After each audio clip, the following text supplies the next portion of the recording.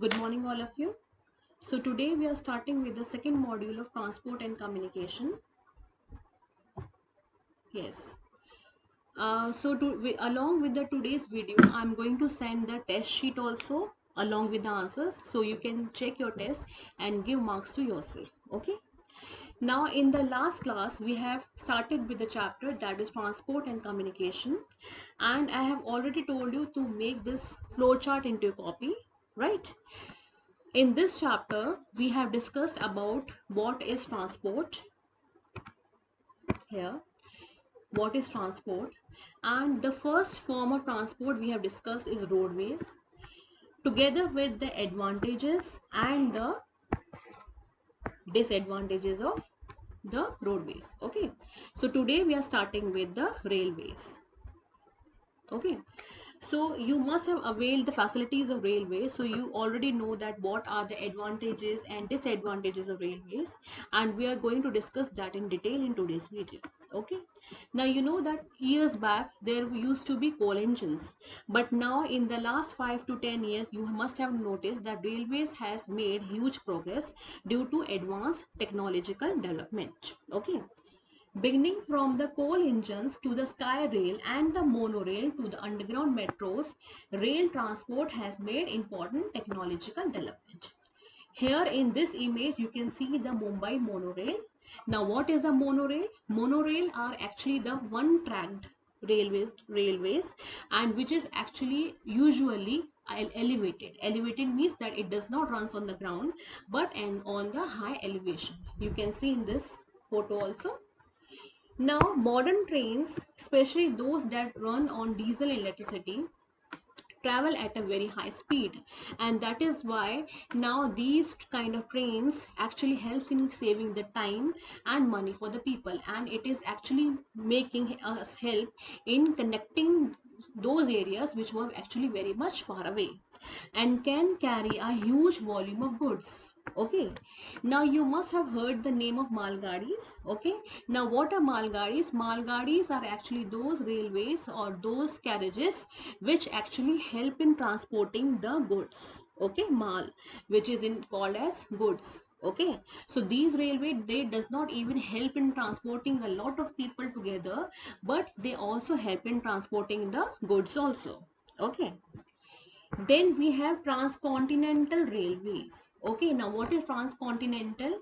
Continent, you know, a continent. We have 7 continents: North America, South America, Asia, Africa, Australia, and Antarctica. Okay, now there are certain railway networks which are so huge, which actually helps in connecting all across the continent, which are called as transcontinental. Here I have given you an example from Australia.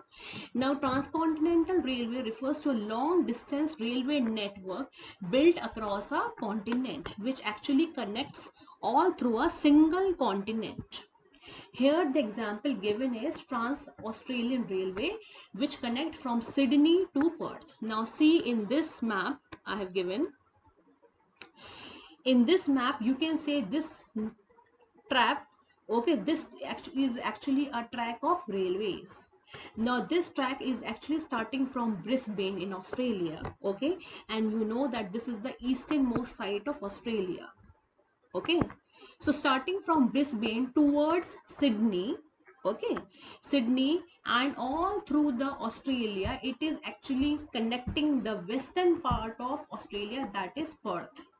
This is the westernmost part of Australia, and by this example you can see that this railway is actually connecting across the Australia, starting from Brisbane and Sydney and towards the westernmost part of India, of Australia, that is Perth. Okay, so this is an example of transcontinental railways. Again, the transcontinental railways are those network or long distance railways which connects all across a single continent.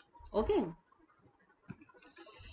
Then we have so many, due to this huge developed countries or huge development, there has been introduction of a lot of bullet trains which has a huge speed. Okay, now certain super fast trains have also been introduced in developed countries. Developed countries mean those countries which has a actually has a very high pace or modern culture, or have a very means people invest a lot in developed or huge machineries. Okay, such as the bullet train of Japan, also known as Shinkansen.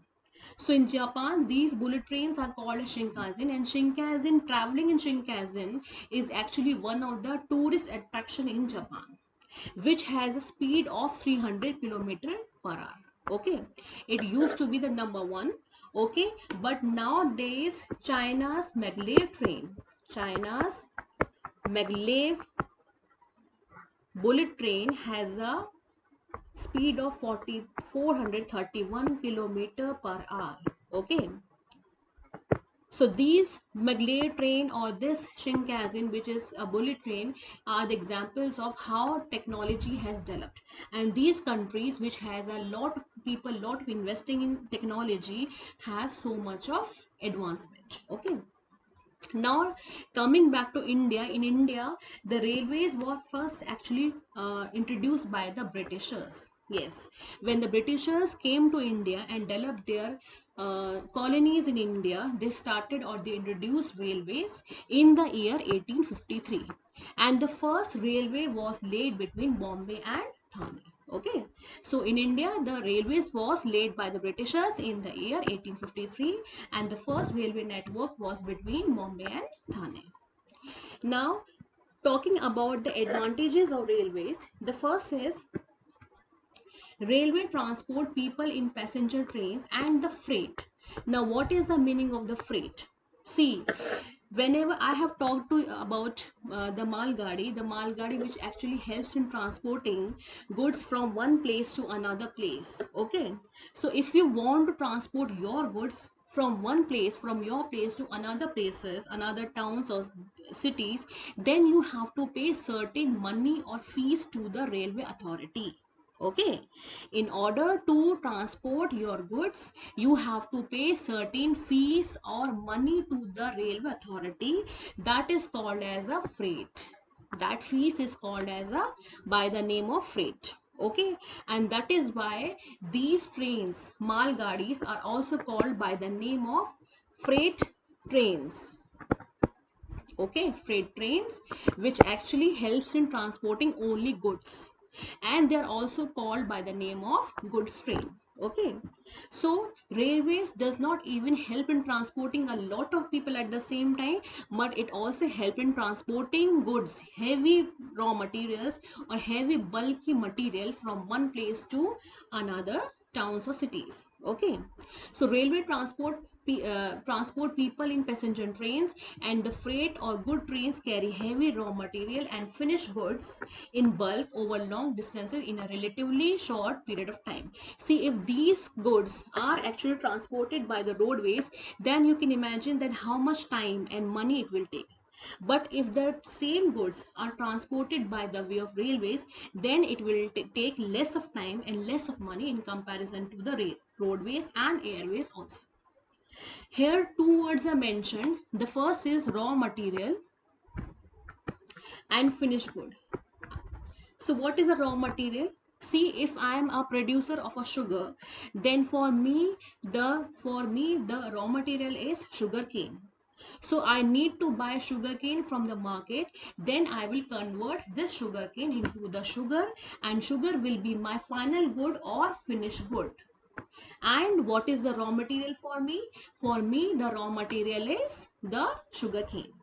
Likewise, if I have a bakery and if I produce bread, then for me, the flour and the oil or whatever component I need in order to bake goods, then that will be my raw material, and the bread which will be made will be my final good or finished goods. Okay, so these two concepts should be clear, the raw material and finished goods. Okay, so railways help in transporting goods and the people together. Okay. The second advantage is they are also seen as cheaper mode of transport as compared to roadways and airways. I've already told you that if you are going to transport these material from the roadways, you will notice that it will take more of time and more of money in comparison to the railways. Okay, and you can imagine that airways is actually already cheap, and if you are going to transport goods, so much of goods, then it will take more of cost. Okay, so railways is cheaper mode of transport in comparison to roadways and airways. Okay, so these are the two advantages of railways. Coming to the disadvantages of railways.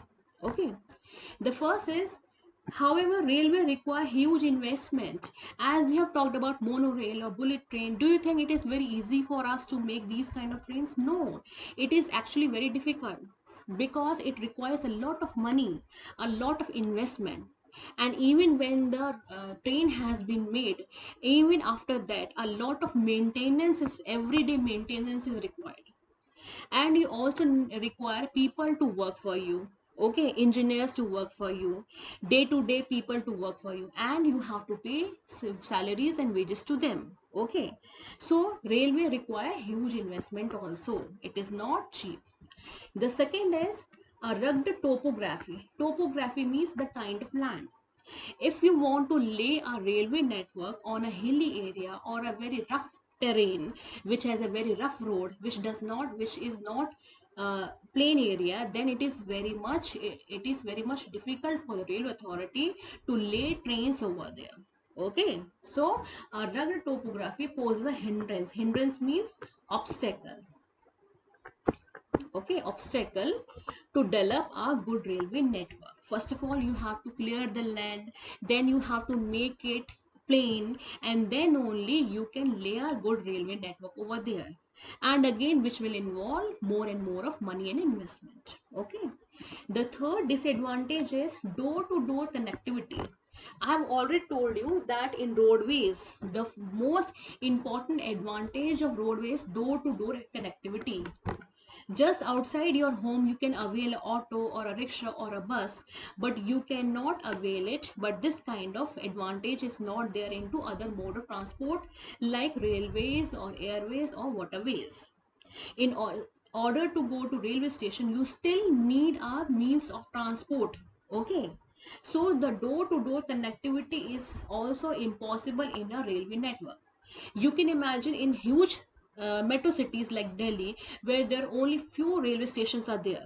It takes a lot of time for people to even reach railway station. Okay, and again it will require more additional money, and it requires a lot of time also. So door to door connectivity is also impossible in the railway network, which is again one of the disadvantage of railway network. Okay, so I hope that this railway network is clear to you. In the next video we are going to talk about waterways and airways also. Okay, thank you so much.